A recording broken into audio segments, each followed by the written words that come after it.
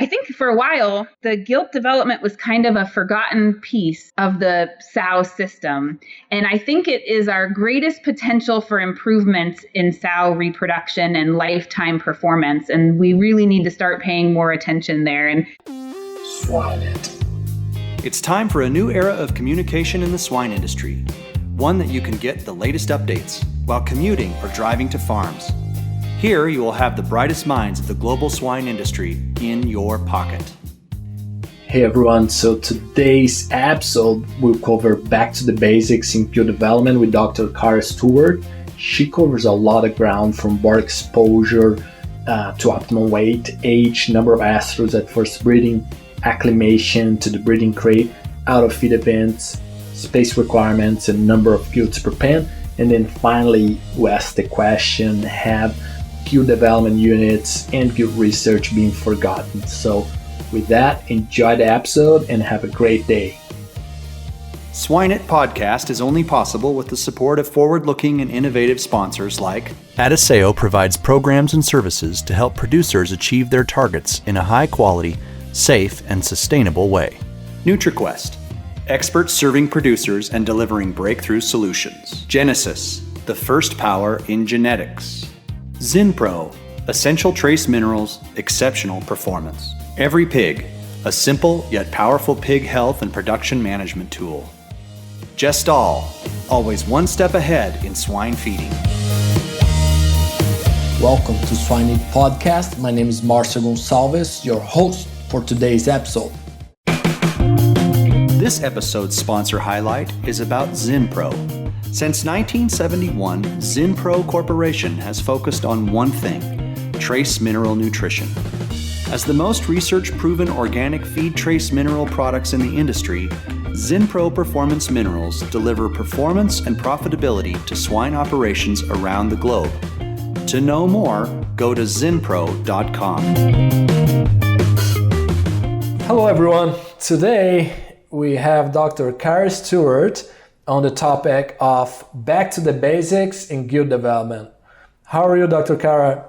I'm great. Thanks for having me today. Thank you. Like I told you before, really appreciate your time. I know you're busy there running a bunch of research. So the first question we have is if you can tell us about your career so far, for those that don't know you, and also how you got involved in the swine industry. Sure. So I've been at Purdue now for about 6 years, and I'm a reproductive physiology swine extension specialist here.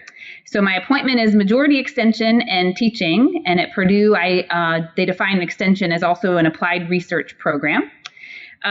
So I got involved in the swine industry like most of the students coming out of Purdue. I thought I would be a veterinarian, but I didn't get in the first time I applied as an undergrad. So I went searching for a master's program to try to make my vet school application look better. And that's when I was sent down to work with Billy Flowers at NC State. And I ended up spending 9 years down there in North Carolina. And he really exposed me to the swine industry, and I never really looked back. Wow. Yeah, that's pretty cool. And that's a pretty good place to get your training on that topic for sure. I've heard that. Yes. Cool. So, when we think about gilt development, we always hear about boar exposure, right? And so in your mind, what is a good boar exposure? So I think this is where you have to really go back to the basics. The data really shows a lot of differences between full contact and fence line boar exposure. So when we're talking about stimulating a gilt to come into puberty, that's very different than trying to stimulate a post-wean sow to express heat. So for boar exposure in puberty attainment, we want to find full contact boar exposure. So we want the gilts to be exposed to a boar for about 15 minutes per day. Okay. That's a long amount of time, actually, for every individual gilt in a pen at the GDU to receive full exposure to the boar. The folks up in Canada have done a lot of work looking at bringing the boar to the gilts versus the gilts to the boar, and found that it was advanced puberty or easier to detect pigs in estrus if we moved the gilts to the bore. So that's called the bear method. But that can be really hard from a management perspective to have the space and all of that to do those types of things depending on the GDU and the facilities. Very interesting. The other thing to consider in boar exposure is that continual exposure could be bad. So gilts kind of become habitual to a boar if he's housed in an adjacent pen. So then that can delay puberty as well. So individual pig, full contact, 15 minutes a day is best. Very nice. Very, very good. How about I know it's something that I've talked a lot with nutritionists in the last few years. What's that optimal gilt weight, and also, number of estrus, and what are your thoughts in general about that? But also, is there any recent studies in the area? A lot of the stuff that I'm aware of, it's been almost a decade, some of this. Yeah, I think you're right. I think the two groups that I know of that I look for a lot of research coming out in gilts is George Foxcroft and Jennifer Patterson up in Canada, and then Clay Lentz and his crew out at the US Mark do a lot of work with gilts. But I still think the target breeding weight, we could argue, is around 300 pounds, and that should be breeding age no larger than 220 or 225 days of age. So if you aren't getting those girls bred by 225 days of age, they are going to not be reproductively maximize any reproductive potential for your farm. And I haven't seen anybody really repeat some of the data, but breeding at the second estrus, the data was pretty clear, as you could imagine even a decade ago, that breeding at the second estrus increases ovulation rate and number born alive.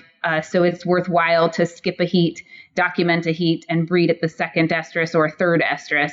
I don't think I know of any data that shows a benefit of second versus third, but definitely anything more than one, the first is the way to go. And that's tough. Some GDUs aren't doing a very good job at recording heat no service in the barns in the GDU, and others are doing a really great job of that and confirming they've had a heat before they move them into crates and start getting them ready for breeding. I think that maybe opens up another area that we need to discuss, which is the acclimation to the breeding crate. I think that's becoming a lot more practiced, which I think is great. So those gilts, if they're cycling in the group pens and then you move them into a stall, they do need a period of time to adjust to that stall not being a stress. So I think it's really important that we do spend some time acclimating them to that stall, and then before they move to the sow farm and get put in a stall to be bred for the first time. And that also makes sure they know how to eat in the stall. They know how to drink out of the right nipple waters or the troughs. They need a lot of those kinds of adjustments. Otherwise, we can see them maybe have that first heat documented in the pen, and then all of a sudden they don't seem to cycle again and they fall out. And part of that just could be acclimation to the stalls. Very nice. Are we talking here about 2 weeks or a minimum of 10 days, or what do you have in mind for that? Yeah, I think 2 weeks. I mean, if once you find them in heat that first time, if you have stalls at the GDU to put them in to start acclimating them there. And then by the time they're ready for their next cycle, so 2 to 3 weeks would be really nice to get them acclimated. Very nice. So changing a little bit of topic here, from a more practical standpoint, what is the impact of out-of-feed events in that gilt development? In my opinion, it's really impactful in two ways. One is that when we look at the growth rate of the gilts, if we want them to achieve puberty on time, they really need to be maintaining a good growth rate, a steady growth rate throughout all of their development. The data that, again, is more than a decade old that said something like 0.55 kilograms per day. Well, we would easily hit that target in modern day genetics. So we're probably 0.7 kilograms a day or something today. But that being said, I think if they have a lot of changes in their growth rate, it also comes as a big stress to them. So no matter how long the out of feed event is, that's really changing their growth trajectory. And I think it'll definitely impact puberty.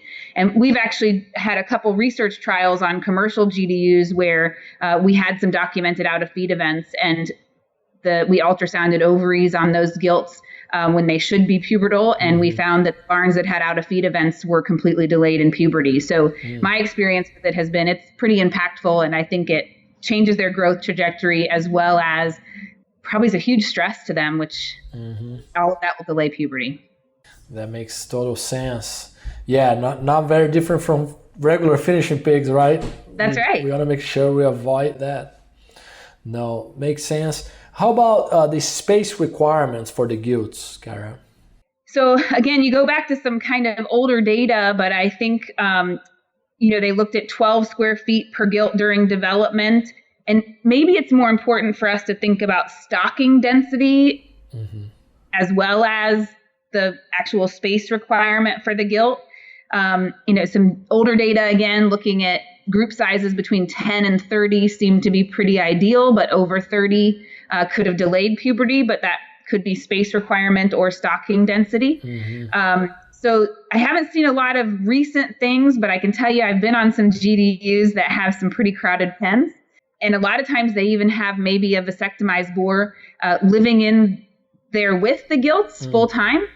And so it's just quite remarkable to me when we think about our industry, how much variation there is in management at the GDUs. And I think the more space, the better. And probably no more than 30 per pen is still probably where we need to be. That makes sense. Interesting. Yeah, it's interesting to see that in the last few decades when there was that major move into having GDUs, right, which was a big step. And then sounds like more recently we need another big step change on more from a standardization standpoint in order to get to the next level. Yeah, I think a lot of people converted barns, and so just the facilities are very different from farm to, or system to system on what the GDUs look like and what they're capable of doing and when they move pigs around. And for sure, the methods of boar exposure is just tons of variation on what people are doing. Very cool. Another question I have is, in the last several years, say 3 to 5 years, what's been the one gilt-related study or event that has really changed the way you think about how we should manage gilt development and, that's already have generated some impact in the field? For me, I think for a while, the gilt development was kind of a forgotten piece of the sow system. And I think it is our greatest potential for improvements in sow reproduction and lifetime performance. And we really need to start paying more attention there. And actually, Jennifer Pattison and George Foxcroft just put out a review within this past year that really discussed kind of managing gilts for their lifetime reproductive performance that I think summarizes a lot of the data over the past 20 years really well. But I think we have recently had this issue where, a couple of large systems had gilts not expressing the standing heat reflex. And they did some slaughter checks and saw that some of them actually were cycling, they just weren't ever expressing heat. And it wasn't just a small number, it was kind of this relatively large number of animals that all of a sudden just weren't expressing the standing heat response. Some of them would have vulvas that's kind of swelled up, but then they never locked up and really showed the behavior. And so I think that got a lot of the academics and the veterinarians and everybody together to start, and the genetics companies to start trying to figure out kind of what changed and what went on. And actually the good news for me is that put a lot of professionals into GDUs to start looking at management and reevaluating kind of the gilt portion of our sow performance. So I think in my personal experience, that was kind of the first time, or this has been it's really put me on a lot more GDUs in the past couple of years, just trying to work through some of these issues that we were seeing with these gilts not standing in heat.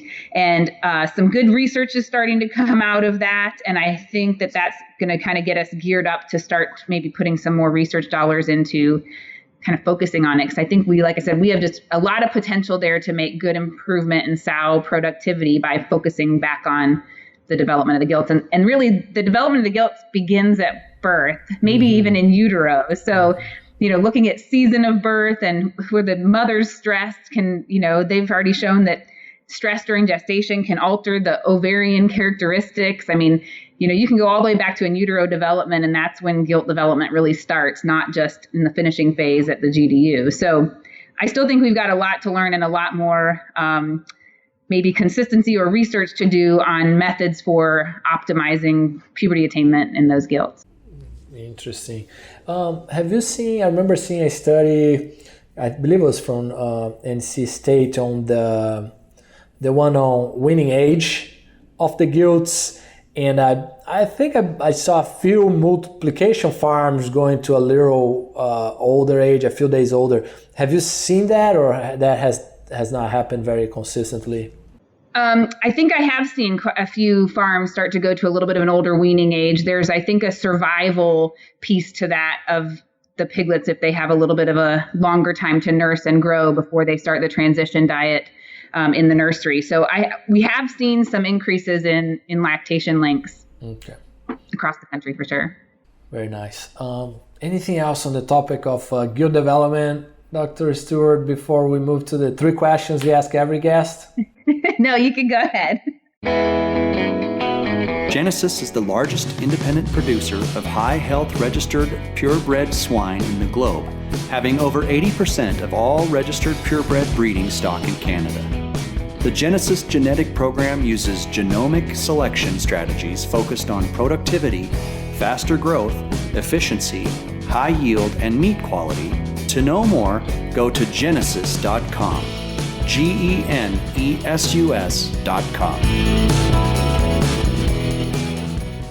For knowledge and news from the global swine industry, access our partner, thepigsite.com. It is time to our famous 3. All right. So the first one is, what's your favorite pig-related book or resource in general? Well, I'm a mother of 4 kids, so my favorite pig-related book is Charlotte's Web. There you go. Cool. And I'm going to stick with that. All right. That works for me. It's in the category. Okay. What's your favorite book in general? So in the past few years, my favorite book has been the book called Daring Greatly, or really any of the books written by Brené Brown. She's a kind of leadership, motivational psychologist out of Texas that I've been following and reading quite a bit of her work. Very cool. I think we had someone else in the podcast that had one of her books as well. Very, very cool. She's got one of the most watched TED Talks, I believe. Yes. Yep. That's what she's known for. Very nice. The last question is, what do you think sets apart successful swine professionals from those who are not? So I think the key to success is caring about the pigs and the people. Mm-hmm. So no matter what area we're in, if we're in the barn or if we're in the higher up office, we better care a lot about the pigs and a lot about the people, because the people have to be able to be happy in order to keep the pigs happy. And if the pigs aren't happy, then nobody's going to be happy or making any money. Yes. And so I think that the most important thing is just a real commitment to the pigs and the people. I love it. Yes. I like it. Yeah. Having care for the pigs and for the people. That's what we need. Yeah, for sure in our industry too. We're short on people. And so I think every part of our industry is hurting to find really good labor. And even at the PhD level, we can't train enough of them to fill the jobs that are out there. And the barn level, we've always struggled. And so I think if you are a company that really is committed to the people and the animals, I think you can be successful. Awesome. Well, thanks so much. Really appreciate your time again, Dr. 𝐤𝐵. Yeah, good to see you. Thank you for having me.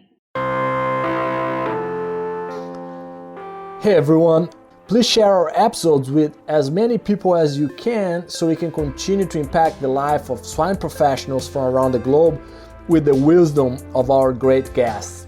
Before you go, make sure to get in our waitlist for the Swine Talks Web Conference, the first online conference of the global swine industry, an update on hot topics, and we even gonna have some controversial topics of the global swine industry, so you can leverage that knowledge in your day-to-day. Go to swinetalks.com and get on our wait list. We'll talk soon.